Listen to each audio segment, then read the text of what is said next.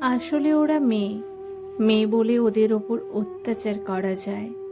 কারণ ওরা মেয়ে বলেই মুখ ফুটে বলতে পারে না কিছুই। বাইরে থাকে হাসি খুশি, সব কাজেতেই সেরা।